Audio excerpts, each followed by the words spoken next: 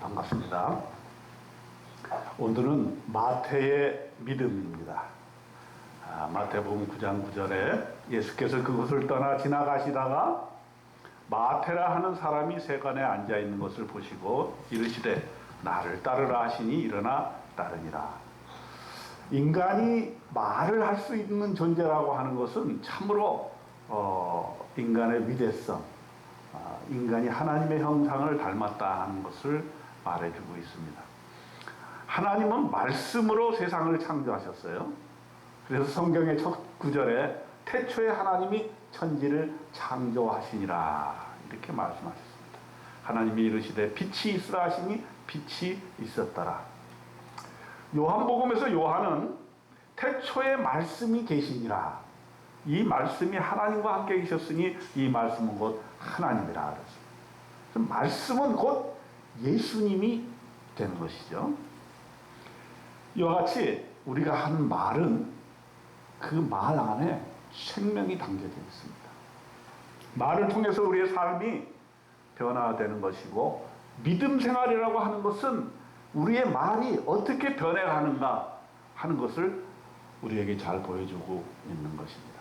그렇기 때문에 우리가 던지는 말 한마디, 이것이 매우 중요하다 하는 것인데, 마태는 이 말씀이 얼마나 중요한 것인가를 알고 그 말씀을 통해서 그의 믿음을 성장시켰던 그런 인물이라고 볼 수가 있겠습니다.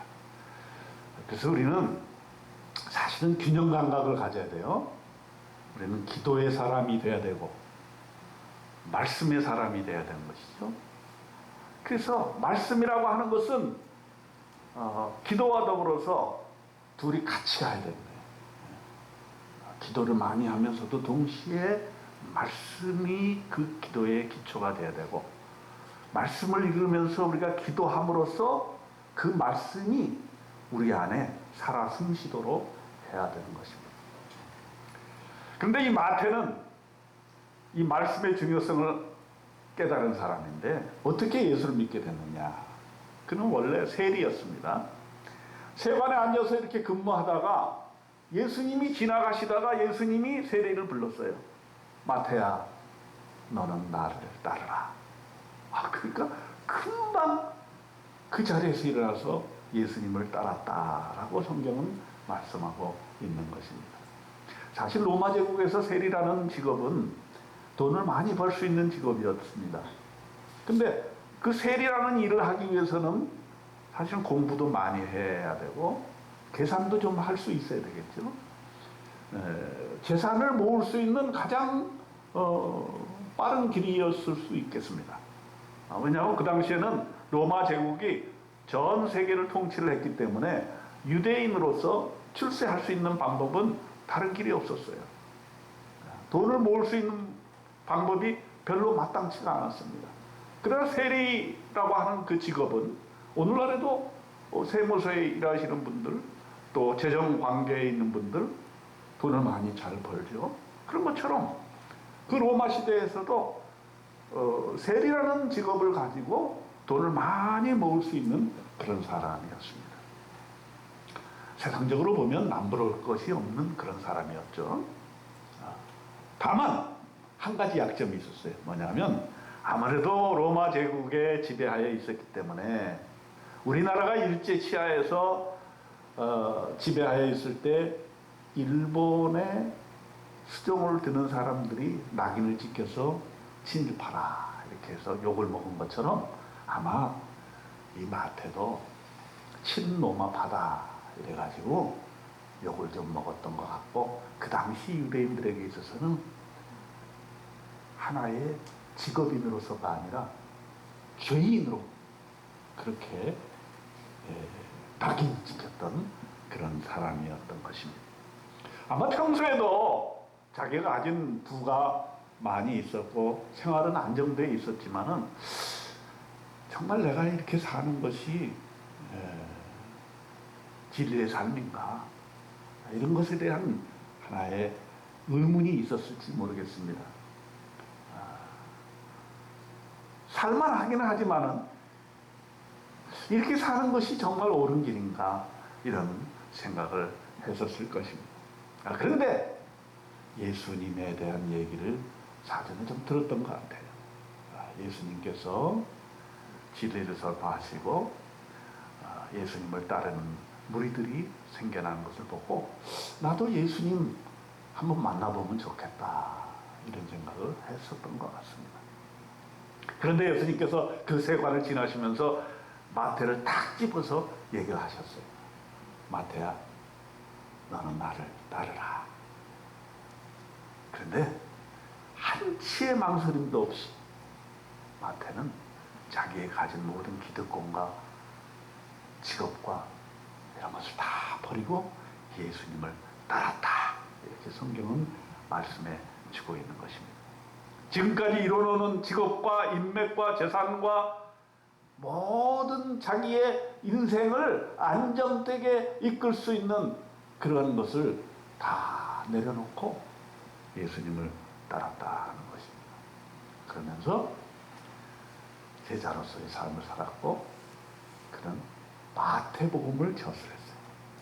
여러분 이제 마태복음을 보면은 보통은 이제 우리가 예수님을 접할 때 제일 먼저 읽는 책이 마태복음이에요. 그죠?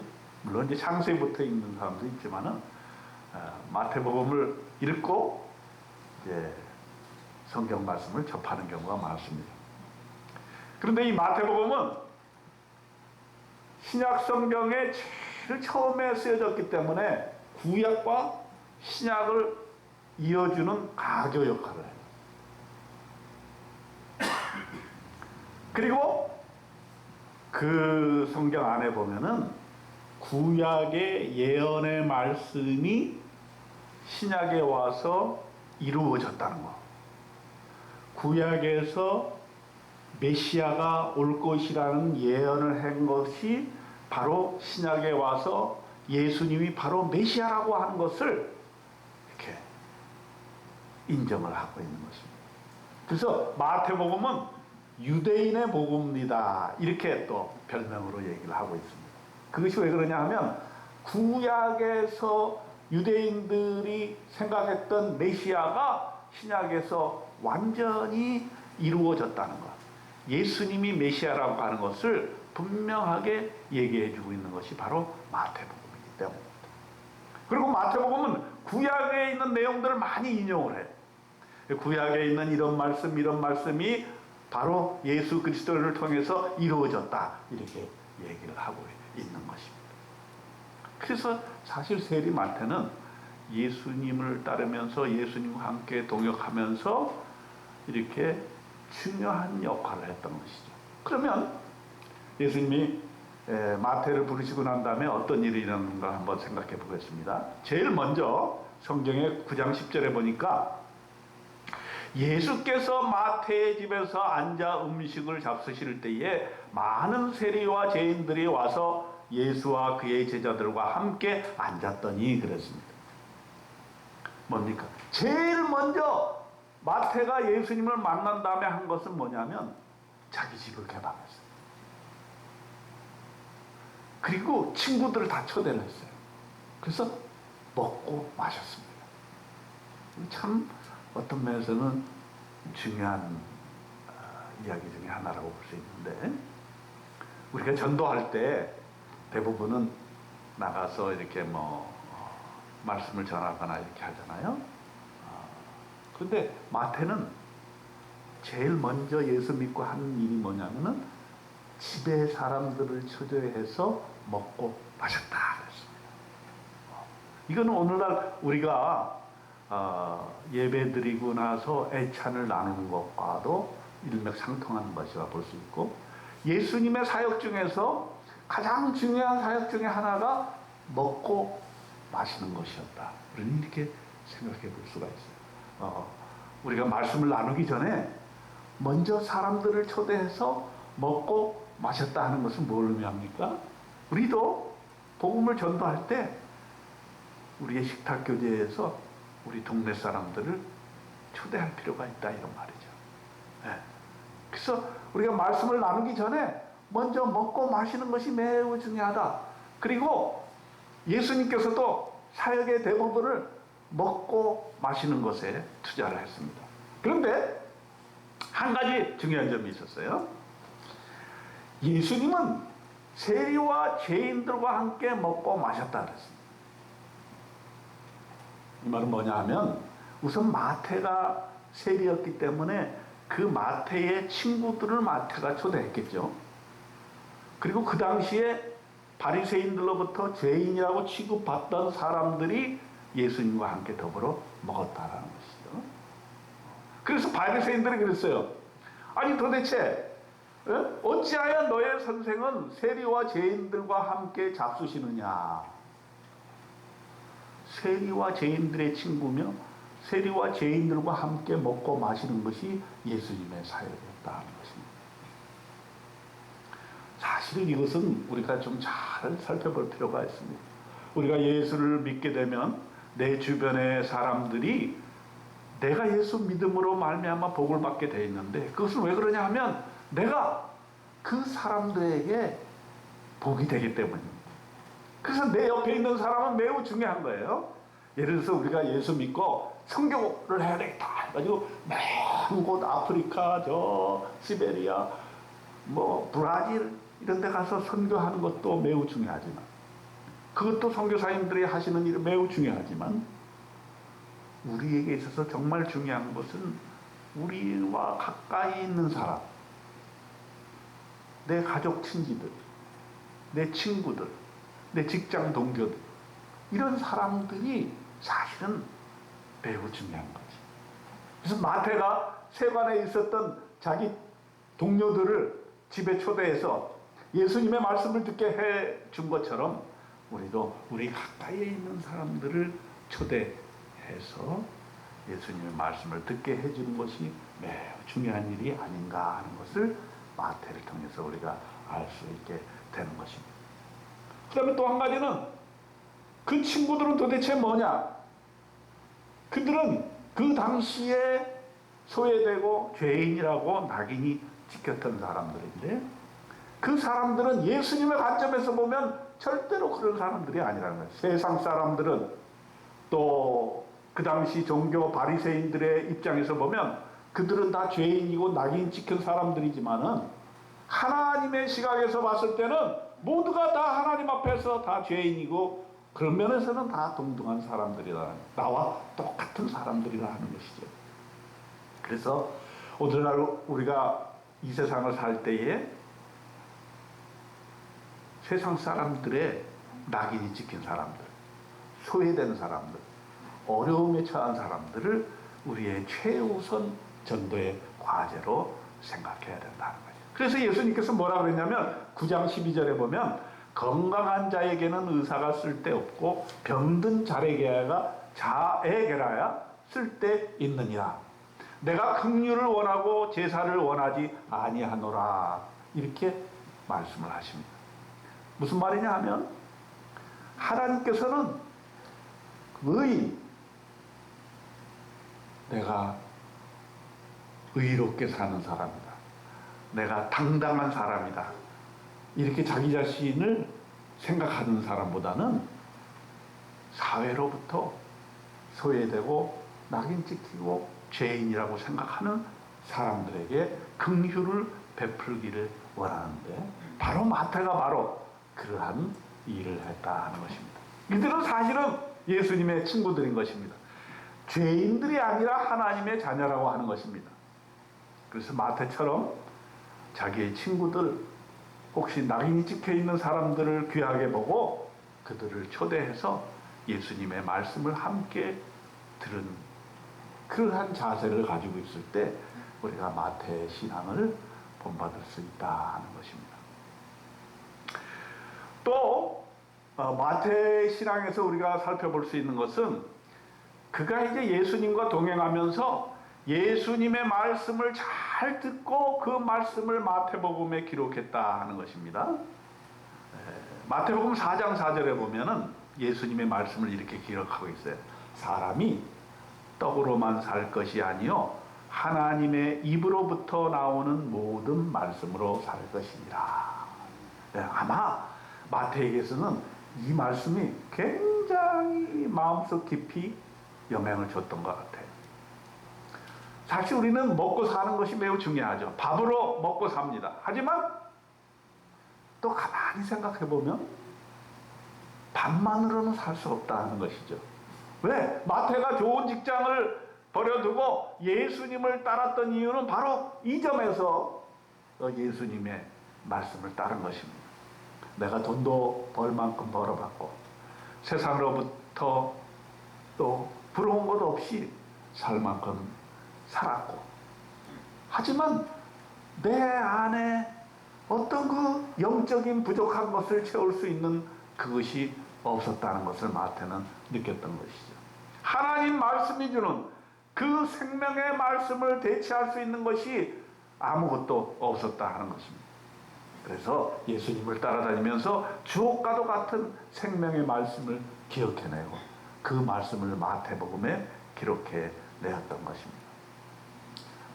마태는 예수님의 말씀을 잘 듣기를 원했고 그 말씀을 잘 들어 순종하고 참 제자가 되기를 원했습니다.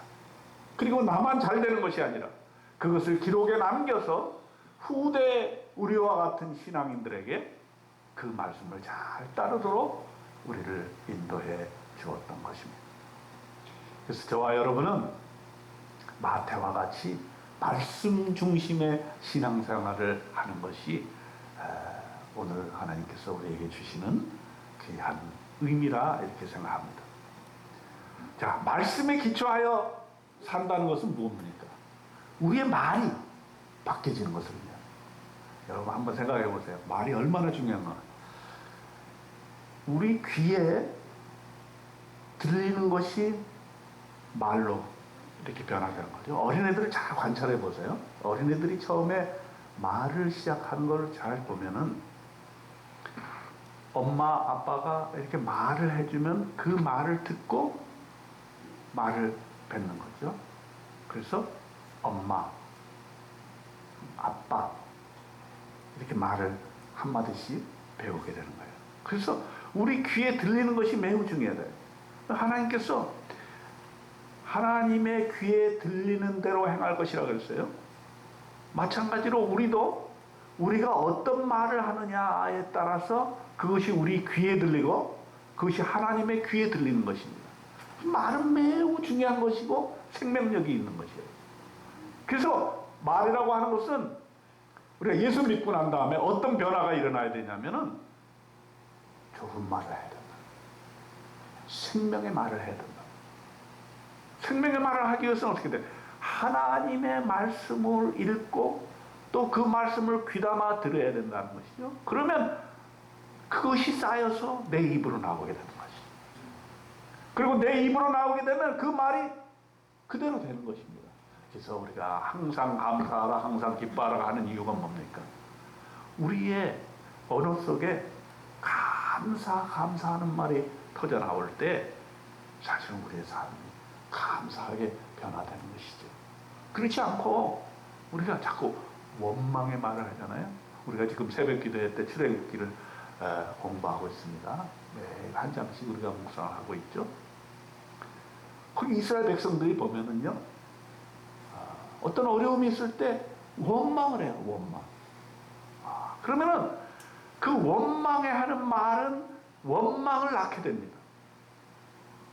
근데 하나님께서 왜 40년 동안이나 그 광야의 길을 백성들을 인도해 가면서 그를 훈련시켰느냐? 그 원망의 말이 감사의 말로 변할 수 있도록 그 이스라엘 백성들을 훈련시키는 것입니다. 마찬가지로 우리가 예수 믿기 시작했을 때 그전에는 뭘 몰랐어요. 그래서 아무 말이나 하고 싶은 말을 다 했죠. 남을 저주하는 말도 하고 불평불만하고 원망을 했어요. 그러나 예수 믿고 난 다음에는 우리가 원망의 말을 하면 그것은 다른 사람에게 하는 말이 아니라 하나님께 하는 말이라고 그랬어요. 그렇기 때문에 우리 말이 얼마만큼 중요하다는 것을 우리가 깨달아야 됩니다.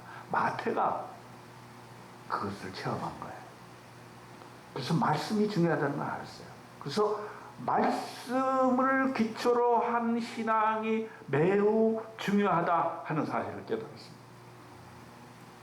여러분, 그래서 우리가 이제 신앙을 각자 이제 개인의 신앙들을 이렇게 보게 되면 다 개인마다 다양하지 않았습니까? 하나님을 만나는 계기도 다양하고, 그렇지만 우리가 흔들리지 않는 굳건한 신앙, 체계적인 신앙을 갖기 위해서는 말씀의 기초를 둬야 된다는 것이죠. 네. 우리가 기적도 체험하고, 또 병나는 신유의 역사도 체험하고, 또 환상도 체험하고, 또 꿈에 하나님께 말씀 받는 그런 체험도 하게 되고, 예언의 체험도 하게 됩니다. 그러나 이 모든 것이 하나님의 말씀의 기초하에 있어야 되는 거예요. 그렇지 않으면 우리는 최근에 많은 현상들처럼 이단에 흔들리게 되고, 또 기적만 추구하게 되고, 또 개인의 체험, 이것을 하나의 기준으로 여기는 그러한 신앙을 갖게 되는 것입니다. 오늘 마태를 통해서 여러분, 말씀이 얼마나 중요하다는 사실을 우리가 깨달아가지고 말씀 위에 여러분의 신앙의 기초를 두기를 바랍니다. 마태의 신앙은 말씀 중심이었는데 하나님의 말씀에 기초를 두어서 우리의 신앙을 흔들리지 않게 해야 된다라고 하는 것입니다. 우리의 말씀은 들음에서 오는 것이고 읽음에서 오는 것입니다. 말씀은 우리의 신앙을 반석 위에 세워주고 흔들리지 않게 만들어주는 것입니다. 비가 오고 창수가 난다 할지라도 우리의 믿음은 흔들리지 아니할 것입니다. 그렇기 때문에 여러분, 우리의 신앙을 성장시키고 우리의 신앙을 굳건하게 하기 위해서 매일매일 말씀을 묵상하시고 그 말씀을 어떻게 실천할 것인가를 항상 생각하시면서 여러분의 신앙을, 내 신앙뿐만 아니라 우리 자녀들에게도 물려주시는 저와 여러분이 되시기를 주님의 이름으로 축원드립니다. 기도드리겠습니다. 하나님 아버지, 우리에게 말씀을 주신 것을 감사합니다. 하나님의 말씀대로 순종하는 삶을 살게 도와주시고, 하나님의 말씀을 아침 저녁으로 시도 때도 없이 항상 즐겨 읽고, 그 말씀 읽는 것이 너무너무 기쁘고 즐겁고 재미있도록, 또 송이꿀처럼 달게 느껴질 수 있도록 하나님 우리의 마음을 돌이켜 주시기를 간절히 바라옵고 원하옵나이다. 말씀을 읽고 외우고 실천하여서 진정한 믿음의 사람이 되게 도와주시고, 항상 생명의 말씀, 살리는 말씀을 우리 입 밖에 내는 우리의 복된 인생이 되도록 하나님 축복하여 주시옵소서. 우리 주님 예수 그리스도의 이름으로 간절히 기도드리옵나이다. 아멘.